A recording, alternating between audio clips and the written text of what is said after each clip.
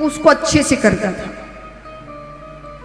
लेकिन उस वक्त सब अपना अपना काम करते थे, यानी ब्राह्मण अगर शिक्षा का कार्य कर रहे हैं तो वो शिक्षा का ही कार्य है, वो युद्ध नहीं कर सकते, वो व्यापार नहीं कर सकते। तो पहले सब अपना अपना काम करते थे।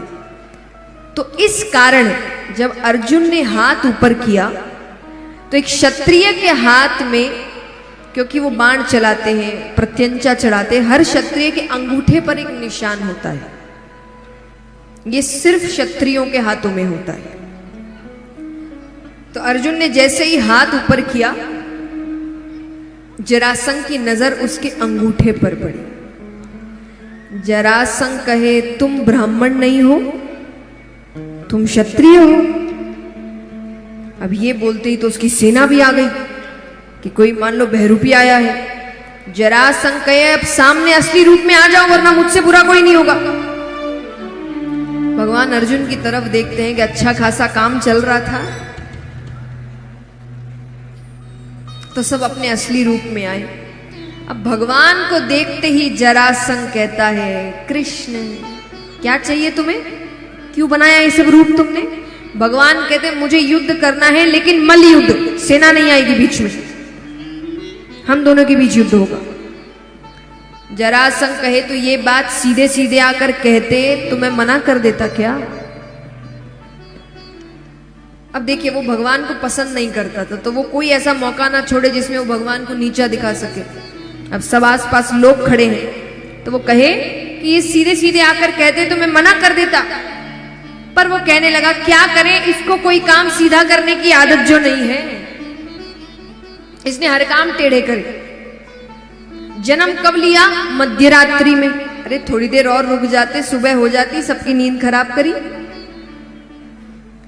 जन्म कहां लिया? जेल में। बोले वो जन्म लेने की जगह है? खड़े टेढ़े होते हो, श्रृंगार टेढ़ा रखते हो, काम टेढ़े रखते हो, बंसी टेढ़ी रखते हो। अर्जुन पीछे से कहे, इसीलिए कहा जाता है टेढ़े आदमी के साथ नहीं लगना चाहिए। भगवान कहते, मेरी तारीफ हो गई तो युद्ध करे। जरासंध कहे, करूंगा, तुमसे नहीं करूंगा। भगवान कहते, तो किससे करोगे? बोले, भीम से करूंगा। मुझे केवल भीम मेरे सामने खड़े रहने लायक लगता है, तुम में से तो कोई मेरे सामने खड़े रहने लायक भी नहीं। भगवान कहते, अच्छी बात है। भगवान कहे, मैं तुम्हें अपने हाथों से मारना भी नहीं चाहता, क्योंकि जिसे मैं मारता हूं वो मेरे धाम जाता है, और तुम्हारा जैसे पापी मेरे धाम जाए ये तो मुझे भी अच्छा नहीं लगेगा। भीम के साथ युद्ध हो रहा है, मल्ल युद्ध। 27 दिनों तक युद्ध चला। जरासंध को खरोच नहीं आ रही।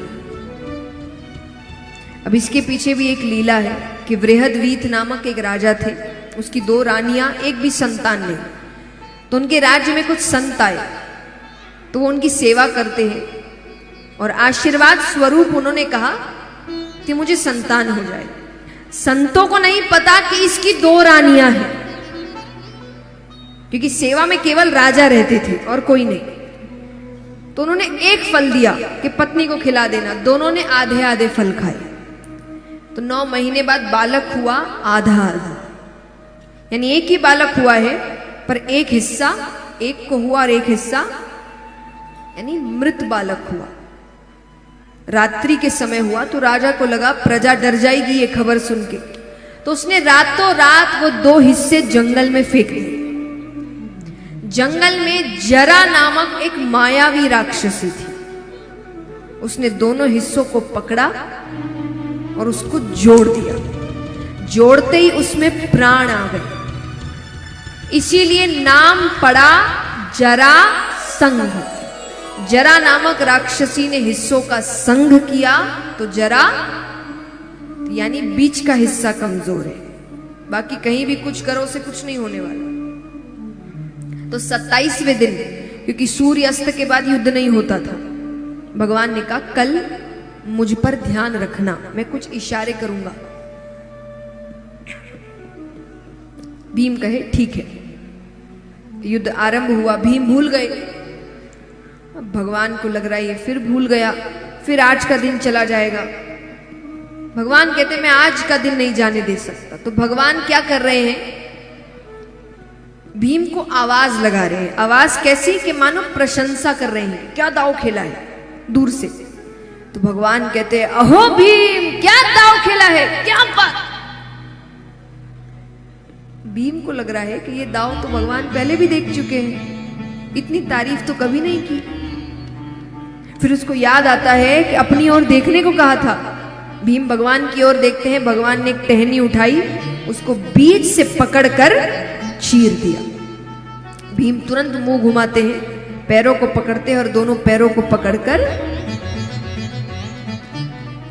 चीर देते हैं, छोड़ते हैं। वो फिर जुड़ गए। और फिर भगवान की ओर देखे, भगवान के पहले ही पूरा देख लो।